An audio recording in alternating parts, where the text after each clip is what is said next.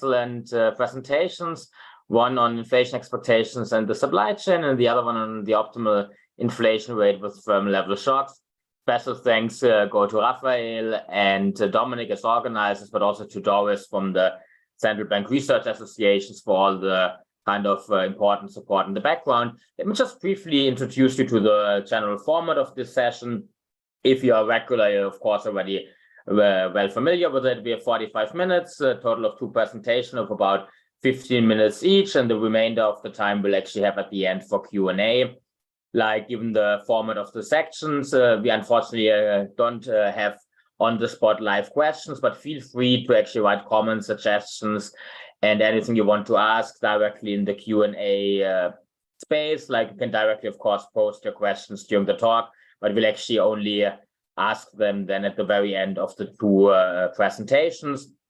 And the presentations are live streamed, so like, be aware that you can also afterwards actually see it on the YouTube channel recorded, on the CPRA website and the CPRA YouTube channel.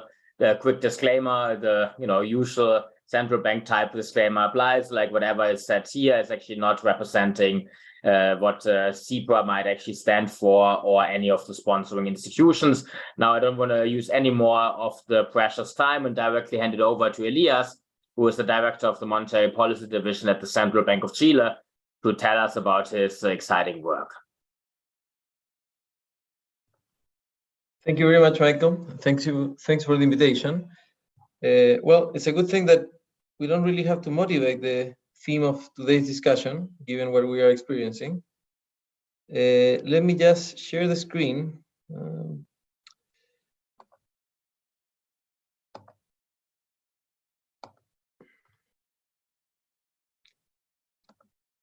Can you, okay.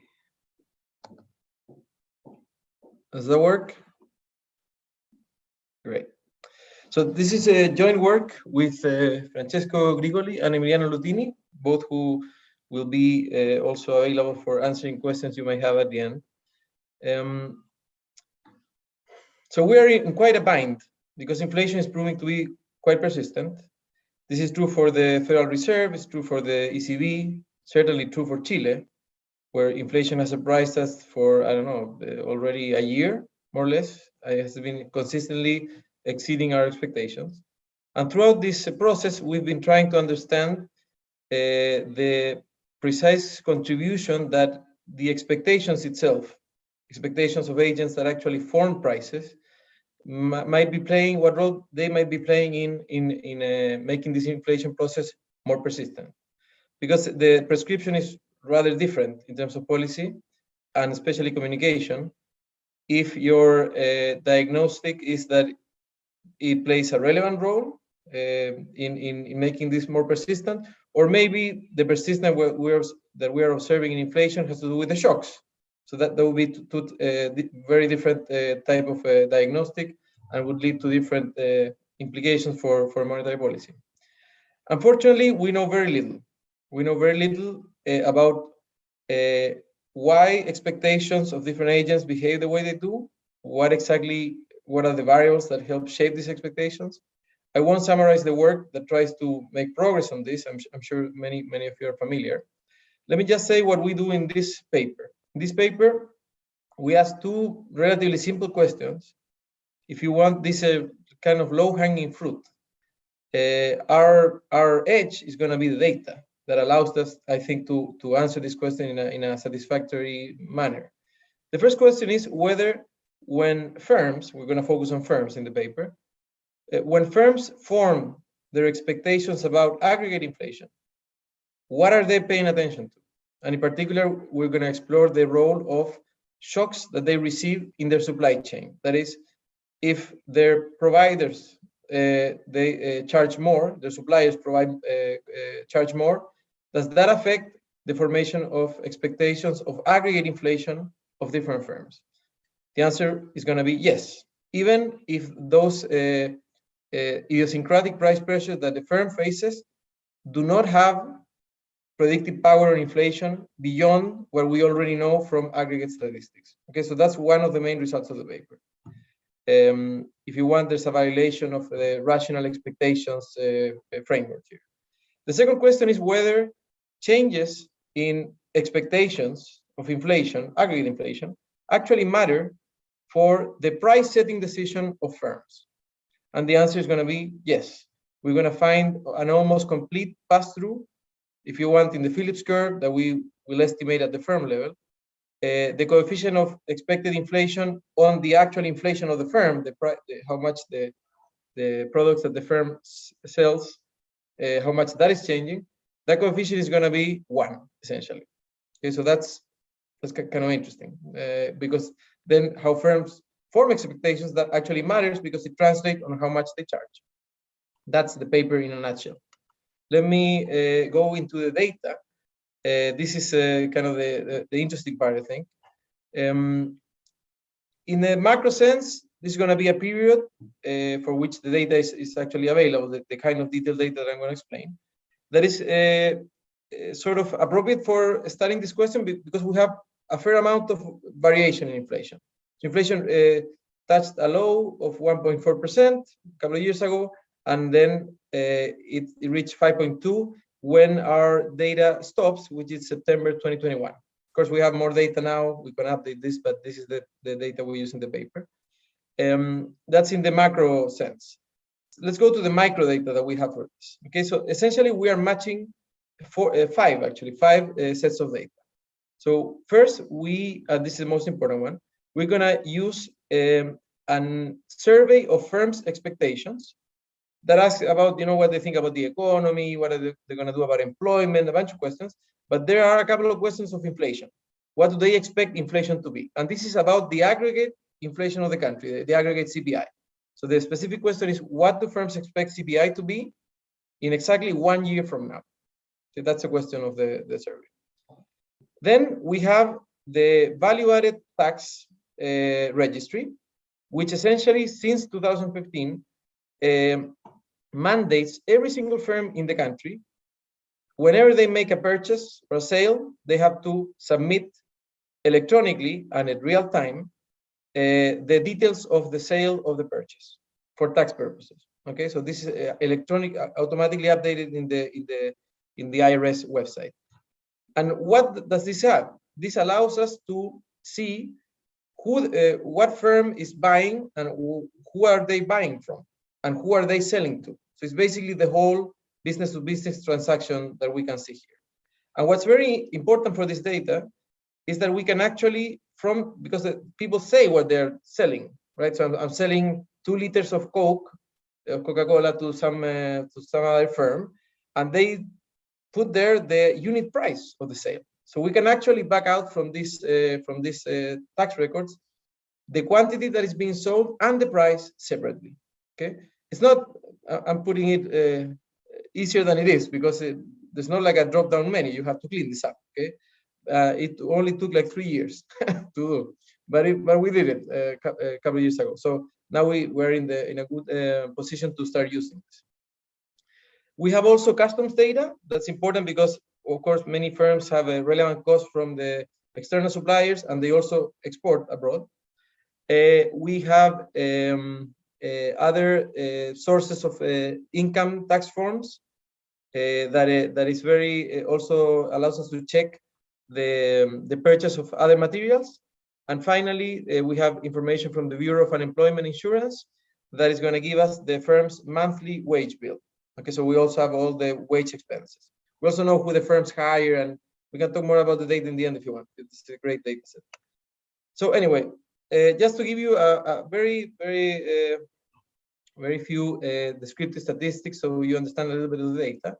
So in the left hand side of this figure, we're plotting the CPI inflation. That's in the right hand side axis, the red line, and in the rest of the plots, the rest of the lines here and the areas are essentially the evolution of what we could call the PPI, but this is constructed from the microdata. Okay, so this is the average price that firms are observing in their supply chains with our microdata. Of course, there's a lot of dispersion. That's what the areas capture here.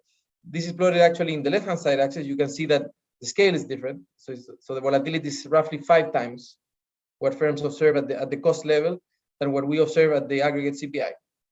And let me just move to the right-hand side figure that starts setting the stage for the regressions that I'm going to show.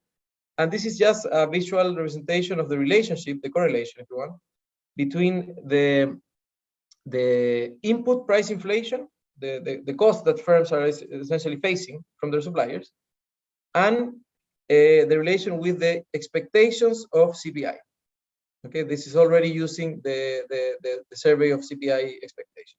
You can see that there's a sort of a weak relationship, and now we're going to test whether this is significant, what's the magnitude, and then afterwards the implications.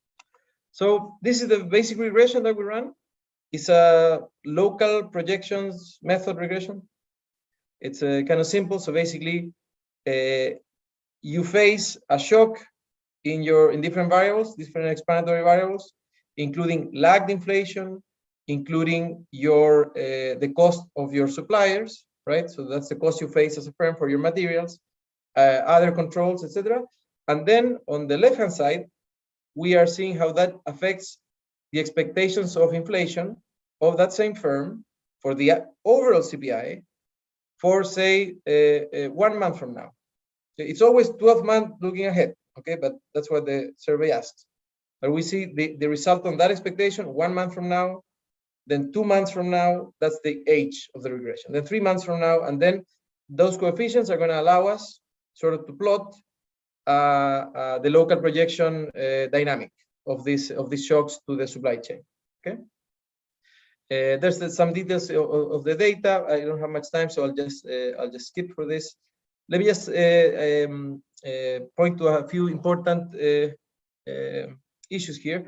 First of all, we're testing, the main test of this part of the paper is whether this gamma sub p, which is the sensitivity of aggregate inflation expectations to the inflation you observe in your supply chain, whether that coefficient is different from 0 or something else, or positive. And the rational expectations test would imply that this is 0. Let me explain this a little bit. That's because we are already including in the regression all the other aggregate available information for the firm. Specifically, we're including the different lags of the aggregate inflation process. Okay, there are no real endogeneity concerns here, right? Because it is very unlikely that the expectations of inflation of the firm, the left-hand side, would affect the inflation that the firm actually observes in the supply chain. Just to make sure that this is true, we have a robustness test when we test this only for firms that we're sure don't have any monopsony power, for example. So we can talk about those details later if you want. But we think our approach has a couple of strengths. Maybe the main strength is that in comparison to previous efforts, the input of supply chain inflation that we're using is specific to the firm. This is constructed with the data, the actual cost that the firm is paying for every single one of its inputs. And this is an advantage from using, say, a sectoral aggregate of PPI inflation, which is unfortunately what the other authors have to use because they don't have firm level data on costs. So that's just a data limitation. And also the survey has a relatively high frequency. This is monthly. So that also sort of, it doesn't eliminate completely, but it mitigates the concerns for other confounding factors that might be moving, all the variables around at the same time. Anyway, so let me show you the results of the main regression. Then I'll come back to one more robustness point, and then we'll see the aggregate effects of this channel. So this is the local projection results. When we have in the left-hand side, we have the implications of 1 standard deviation increase in the weighted average of the costs that the firm is facing when it buys from its suppliers. Okay, and you can see that the effect on that, on the inflation expectation of the firm for the aggregate CPI, is actually statistically significant. So for every 1 standard deviation increase, you have roughly 0.06 percentage points. So is this large? Is this small? Let me just compare this with the effect that another shock has on inflation expectations. And these are innovations to the aggregate inflation process. Okay, so this is the local projection dynamic of shocking the aggregate inflation, the aggregate CPI, and then tracing how that affects the expectations of future CPI across time. And as you can see here, the coefficient is 0.4. So basically, the input price inflation responds roughly 12% of the magnitude of the response of to an aggregate CPI inflation shock. But remember that this should be zero, right? Because firms do not have any better forecasting power by observing their own supply inflation. So actually, let me just test that statement. Okay. So what we do here is we do a robustness where we only include firms where we run the following regression. We see whether information in the supply chain has any predictive power for aggregate inflation, because we cannot rule that out. And we run it, and what we find is that when we take the subsample of firms where there is absolutely no forecasting power, it still has basically the same effect on inflation expectation. So I think this delivers the point that even if there's no extra forecasting power or value of the information that you're receiving in your supply chain, firms still extrapolate a little bit of that, informing expectations of the aggregate price level. I'm mindful of the time, so let me just end up with the final regression, which is the second part of the paper, when we test the following. Does changes in inflation expectations, of aggregate inflation expectations, affect the pricing decision of firms? So essentially, we're running a firm level Phillips curve, which we're very excited about, because I don't know if this has been done before. I don't think, not at the firm level with this kind of data. And there's the model of Rothenberg. You can play around with it. You end up with something that is sort of a pseudo New Keynesian Phillips curve at the firm level, where basically inflation depends on expectations of inflation, which are coefficient beta, on marginal costs and some error. And here are the results, and I'll just end up with this. You can see that the lack of inflation expectations actually has a coefficient that is statistically indistinguishable from 1. So basically, the pass-through is complete. Whenever you expect higher inflation in the aggregate, you pass that 1-to-1 to your pricing decisions. This survives, including different variables. I'm not going to comment due to time, but there's a bunch of robustness that we do on this. We also include the lag dependent variable. That's significant, but it doesn't change the significance of lagged inflation expectations. So let me just finish. Supply chain inflation does inform expectations about aggregate inflation, even if we test and we make sure that it has no additional predictive power. So there's a violation of rational expectations. And this matters because firms pass their expectations of aggregate inflation 1-to-1 to their pricing decisions. And this might have implications for monetary policy in particular, because if you think about it, it implies that the inflation process is actually, everything else constant, is more persistent. So imagine a situation. Thank you so much, Elias. I fear we have to now move on to Henning Weber, who's a senior economist at the Bundesbank. And Henning, please take it away. The floor is yours. Thanks a lot, Michael. So let me share my slides.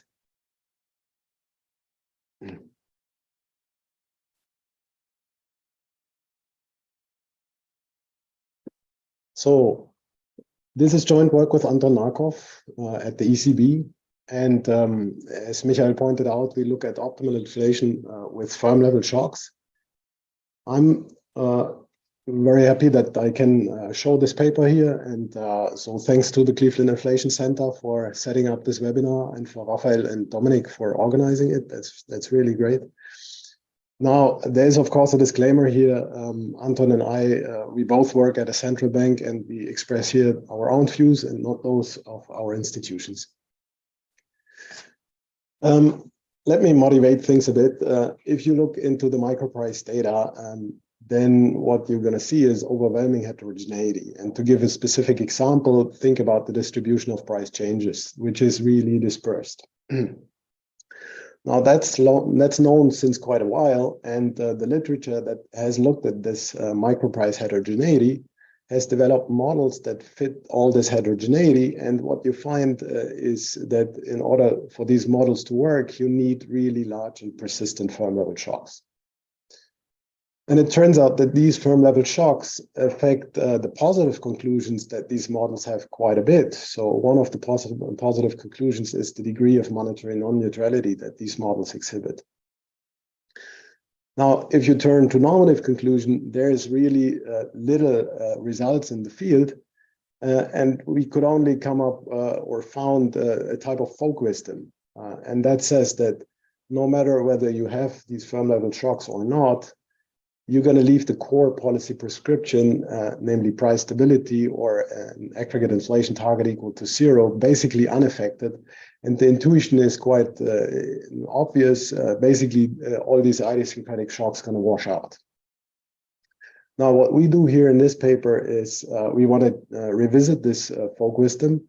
And it turns out that once we revisit it, we show that if we have stationary firm level shocks, then optimal inflation is not 0, but is in fact quite strongly negative. And that came a little bit as a surprise to us. So let me explain a little bit what goes on here. Now, there is a new macro policy trade-off underlying the optimal inflation rate in these models with firm level productivity shocks, that the type of shocks that we predominantly look at. And of course, there is two sides to the trade-off. One side indeed has 0 optimal inflation because that inflation rate eliminates the price distortions between the firms that set their price in a given period and all the other firms that do not happen to adjust their price. So that's the standard rationale that you quite often see. Now, it turns out the other side of the trade-off has this very negative inflation rate because this very negative inflation rate eliminates price distortions among the set of firms that adjust their price in a given period. So it turns out what the folk wisdom misses is the cross-section of reset firms. And let me try to explain a little bit what goes on there. So at 0 inflation, the inflation rate that usually is kind of considered optimal, it turns out that in this cross-section of reset firms, you have an incomplete path-through of the firm's productivity shock into its reset price.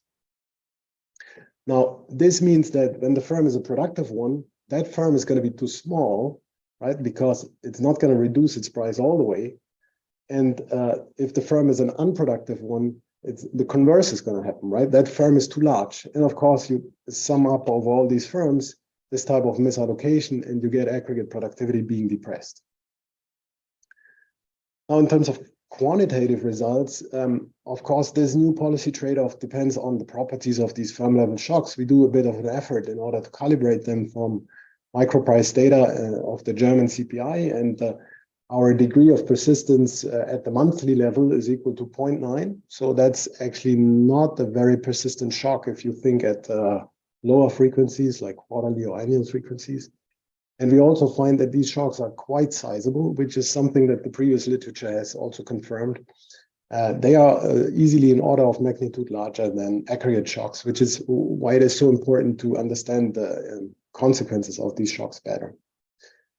Now, the optimal inflation rates that we compute are in fact fairly insensitive to the exact type of pricing model that we use. So we start out with Calvo, that's easy, that's kind of easy to understand. We get a minus 1.6 per year. If we look at state-dependent pricing models, which you might consider in the more plausible models, especially in times of high inflation, we get a minus 0.5, so very similar number. But of course, the misallocation in the background that these two models imply would be quite different. Now, if you take the big picture, what does this new motive for a negative optimal inflation suggests? Once you pair it with all the conventional or traditional motives that we have in the field, well, of course, it suggests that inflation targets should be a little bit less positive. Okay. Now, let me jump in a little bit into the details. We have a very simple model, linear technology for the firm, L labor into output Y. This here is the inverse productivity of the firm, and the firm gets this idiosyncratic shock, and that follows a discretized AR1 process. So we allow for a stationary process here. output is CES, substitution elasticity theta. Either we look at Calvo pricing, then we have alpha as the probability of not adjusting the price, or we look at state-dependent pricing, then we do numerical results. There's a flex price markup, that's the V here. And then, of course, the flex price allocation achieves productive efficiency because this model is so simple. Now, let's look at the conventional side of the trade-off, so the well-known case for zero optimal inflation. And for this, we look at the firm who's in the center of the cross-section of adjusting firm, so the firm that has a zero idiosyncratic shock. Now, this firm is going to set its price, its reset price, so as on average to hit the flex price, okay? Now, why on average? Well, there's inflation in this economy, and that inflation is eroding the firm's relative price over the lifetime of the nominal price, okay? Now, suppose that there is negative inflation, then the firm's best choice is to start with a price below the flex price and let this price increase over the lifetime with negative inflation or deflation, okay? You can kind of solve this little equation here for the reset price, and you get exactly what you expect. There is this front-loading coefficient, and that will be exceeding 1 if you have positive inflation, and we would be below 1 if you have negative inflation. So that's the front-loading people have referred to, right? And of course, in a world of non-zero inflation, so I should say this here is the gross inflation rate, so non-zero would be not equal to 1. This type of front loading creates inefficient price dispersion because firms with old prices have a different relative price than the firms with a new price, right? And of course, we want to get rid of this inefficient price dispersion, and we get this by setting inflation equal to 0. So far, so good. Now, let's look at the other side of this trade-off, and that would imply very negative optimal inflation. Now for this, let's look into the cross-section of firms adjusting their price, and let's just take some firm J that has either positive or a negative productivity innovation and compare the reset price of this firm to the firm in the center, the firm we just looked at, okay? Now it turns out the relative price of this firm is going to depend on the productivity innovation that the firm gets today, but it's also going to depend on the expected future productivity innovations that the firm sees to come. Now, of course, these expected future productivity innovations, they're going to go back to the mean. So this means that the firm understands if I'm productive today, I might be a little bit less productive in the future. So I better don't reduce my price all the way to the level I would set it if I would be a flex price firm, right? Now, all this gives you incomplete pass-through. This is this phi coefficient less than 1. And of course, that phi coefficient depends on inflation. So what does inflation do? Well, suppose we have negative inflation. That's going to raise the pass-through. Why is this? Well, the firm is going to expect less demand in the future because at the negative inflation, the price level declines, the relative price of the firm increases as long as the nominal price is fixed. And then the firm absorbs less demand in future periods, okay? And of course, that's going to downweight these expected future shocks. Now you can take this argument to the extreme, minus 100% inflation. Tomorrow, the firm is no longer in business. That restores complete pass-through, and you go back to the flex price allocation in this cross-section of the reset firms, okay? That's the simple intuition for this negative inflation. You put both of these two trade-off sides together, and you get the red line when you look at aggregate productivity in this economy. And you can decompose this red line, aggregate productivity in the sticky price economy, into what you have in the standard model without idiosyncratic shocks. So then you would choose an inflation rate equal to 0 in net terms. And the component that comes from this limited pass-through that we just talked about, and you see that this blue line suggests you want to really set a very negative inflation rate, right? And putting these two things together, we get to an inflation rate which is fairly negative, okay? Now, what's the core parameter here? Well, that, of course, is the persistence of the shock, and we do quite a bit of effort in order to calibrate it. Now, we do this for each of the roughly 600 product categories in the German Consumer Price Index and get this distribution here. And you see that for the monthly persistence, this is kind of a 0.9, right? So there's a bit of variation. It's not a massive type of variation, but it's kind of interesting variation. And these are estimates that cover about 3/4 of the German economy. Okay, so it's a bit of evidence here. Now we stick these estimates into our theories. Of course, we also have to calibrate the frequency of price changes. Also, we get this from the microprice data. We calibrate the size of these shocks. I don't talk about this explicitly. Now, if we do this and look at all the products, excluding housing, we get the results that I pointed to at the beginning. So the minus 1.6% per year or the minus 1.5% per year for the state-dependent pricing model. Now, of course, we can do this for subcategories. So food, you see, it's much more extreme here. And that is because shocks there are going to be significantly larger, the idiosyncratic shocks. We can look at goods. You see it goes down again a little bit. We can also do this for, we can do this for services. And you see here, you are pulled quite strongly back to the zero optimal rate. And that is because the frequency of price change, the price adjustment frequencies in services is so low, right? Prices are so sticky in services. Now, results for Calvo and the state-dependent pricing model are fairly similar. The state-dependent pricing model is a bit less sensitive. And I mean, that's quite intuitive, right? I mean, the extreme state's going to be associated with much higher frequency of price adjustment in this model. Now, what are the productivity gains? If you reduce an inflation rate of plus 4% to the optimal rate, well, you get about 30 to 70 basis points. And of course, the major bulk of this is in the Calvo model, where you have more misallocation, and it's about 30 basis points in the state-dependent pricing model. Now, how does this model look like, the decomposition in this model? So that's the same decomposition that we also did in the Calvo model. Now, here you see much more nonlinearity, right? Red, again, is aggregate productivity. Black is what you would get if you just look at the price erosion and the front-loading effects. And you see already in this case, you are in the second best world. And blue is now what you get from the incomplete path-through. And you see there's much more nonlinearity in the pricing model, in the state-dependent pricing model. And the reason is quite intuitive. This path-through, which was the same for all firms in Calvo, is now going to be firm-specific once you turn to state-dependent pricing, okay? Now, let me conclude. So, contrary to folk wisdom, it turns out that negative inflation is optimal in pricing models which are consistent with the big heterogeneity in the microprice data. Now, note that this result is coming about even absent money frictions calling for Friedman optimum of deflation, right? And you saw this when we looked at the subsector results. It could go even below the Friedman optimum of deflation. So that's quite that came quite as surprising to us. Now, there might be quite a bit of structural change ongoing at the micro firm level.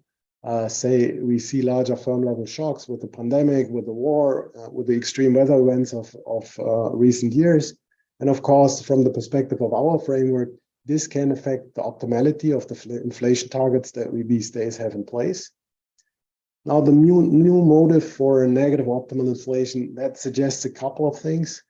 Of course, less positive targets once you pair it with the traditional motives, right? Of course, larger welfare costs of high inflation and also of exceptionally high inflation. And then you might also want to think about the effective lower bound, which seems to become a tighter policy constraint than what people previously thought. So I'm going to stop here. Thank you.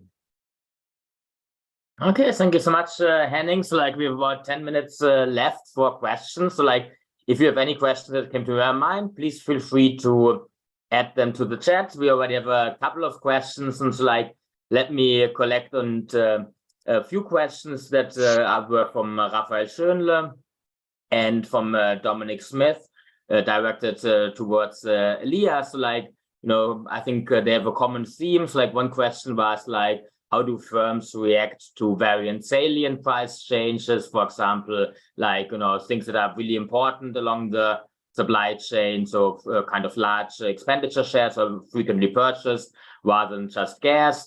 Then also like, what role does, for example, the labor share and labor cost play for the expectations formation process? I guess something that could be interesting is there maybe some heterogeneity in this relevance of input cost inflation for inflation expectations, depending on the labor share or like the input intensity. Those were questions paraphrased from Dominic and Raphael. And then like, one question from the virtual floor from like Shivang. So like, given that we see that conditional on overall inflation, supply chain inflation in fact still does play a role for the expectations formation process. What recommendations do you have for policymakers in terms of like, their communication strategies to potentially alleviate kind of inefficient price dispersion, given that we see this big pathway into also the actual pricing strategies? Thanks, Michael. So let me start with the last question, and then give the opportunity to my co-author also to react to the first one. So in terms of policy, I mean, I think our results are consistent with the idea of rational inattention in general, that firms are putting attention to idiosyncratic developments, even if they don't have much forecasting power for anything. So I think a natural implication would be to try to strengthen the communication that central banks have with those segments, which is a relatively new development in central banking. We're actually working on this, trying to say when we write the monetary policy report, it used to be a very technical report. It's only one report, that's it. Whoever understands it, good for them. But now we've changed into try to make different products, rewriting it with different languages, more or less technical and with different communication strategies to reach different audiences, particularly firms, so that we can, emphasize, the importance of aggregate data, what's going on in the economy, with the hope that they might pay more attention to that and perhaps alleviate this issue. But let me just turn to Emiliano to answer the first couple of questions. So thank you very much, Elias. So let me tell you what we did in terms of heterogeneity. So something important that we try to do is related with your own work, Michael, which is about like considering like a weighted average of inflation, but using that as weights like the frequency of purchases of the firm. When we put together the value weighted as opposed to the frequency based, we did not find the same results as in the household literature, which they find that like the more frequent things that you buy matters most for your expectations. We don't see that. We see that what matters is like the value weighted average of input prices by the firm. So we also try to do some additional tests. We were trying to see some salient goods such as oil and gas products, and also we do see a lot of it's not that we find again the same as the household literature. What we see again is that what it matters is specific to the industry. Something that we didn't do, and possibly something worthwhile to explore, is trying to look at the interaction between the labor share and the input price inflation. However, and what I can tell you from the beginning is that we have manufacturer and retail firms. These two kind of firms are not labor intensive because retailers buy stuff and resell stuff, and like manufacturer is capital intensive. So this is why we think that the labor share might not be or interacting like our input price inflation might not be as relevant for our empirical application. But definitely this is something worthwhile to look in more detail. And let me add to the point that Elias was talking about. We in the bank, we are starting to consider to conducting some RCT about the communication by the central bank. So this is something that is a recent line of work that we have in the bank, and possibly this is something that we can talk later with you, Rafael and Michael, just to see some possible joint work to do in that area. Thank you very much. Okay, fantastic. Thank you so much to both of you. And now we have a couple of questions to Henning. So Raphael is asking what happens to the optimal inflation when the persistence of shocks is much more IID, as potentially could be consistent with what we actually see relative to an aggregate shock. And also, like, what do you think, Henning, actually would your results imply for the strength of the systematic response of monetary policy to inflation? Should actually central banks pay more attention to idiosyncratic firm or to sectoral shocks? Thanks a lot, Michael. These are very good questions, Raphael. Thanks for pointing them. Now, regarding IID shocks, it turns out that even at IID shocks, you're going to have the limited pass-through, and it's going to be very extreme even at IID shocks, right? Because for the firm, simply speaking, tomorrow you are back to being the average firm, so you want to make sure that your price is not going to deviating so much from the average firm's price, right? So then you get really the largest reduction in the pass-through almost that you could think of. Now, regarding the systematic reaction to inflation and whether the central bank should react to these idiosyncratic shocks, I mean, we take these idiosyncratic shocks very literally. So this would be really firm level shocks, which by construction do not affect the aggregate, right? So I think it's pretty hard to make an argument that the central bank should somehow systematically respond to this type of shocks. Of course, you would want to, and that's kind of obvious, you would want to stabilize inflation at a slightly different rate, right? But that's kind of all I think that would imply for that would follow from our results so far. Okay, thank you so much, Henning. So, like, we have time for one last short question from Dominic, also to Elias. So, like, question on like measurement and how accurate you think you can actually measure input price indices at the firm level, and whether you have any hunch on like how measurement error might ultimately affect your estimates and lead to an attenuation of your results. And so, like, we have about 1 minute left. Thank you. So, I mean, I don't think you can ever rule out measurement error, but just remember that we are actually measuring the precise prices that firms pay to each of their suppliers, and we are constructing price indexes based on that. So I think the only scope for there to be some measurement error here is that, remember, we have to classify the goods, so this doesn't come like in drop-down menu from the e-invoice, and that's something that you have to train an algorithm to do. But the success of this algorithm in classifying the type of good that is being transacted is above 90%. Okay, so we're fairly confident that we're doing a pretty good job in terms of reducing at least that origin of measurement error. So in comparison to, say, measuring PPI for each firm at the aggregate sector level, I think the error in measurement here must be an order of magnitude or more less than the usual measurement error that relies on aggregate indexes.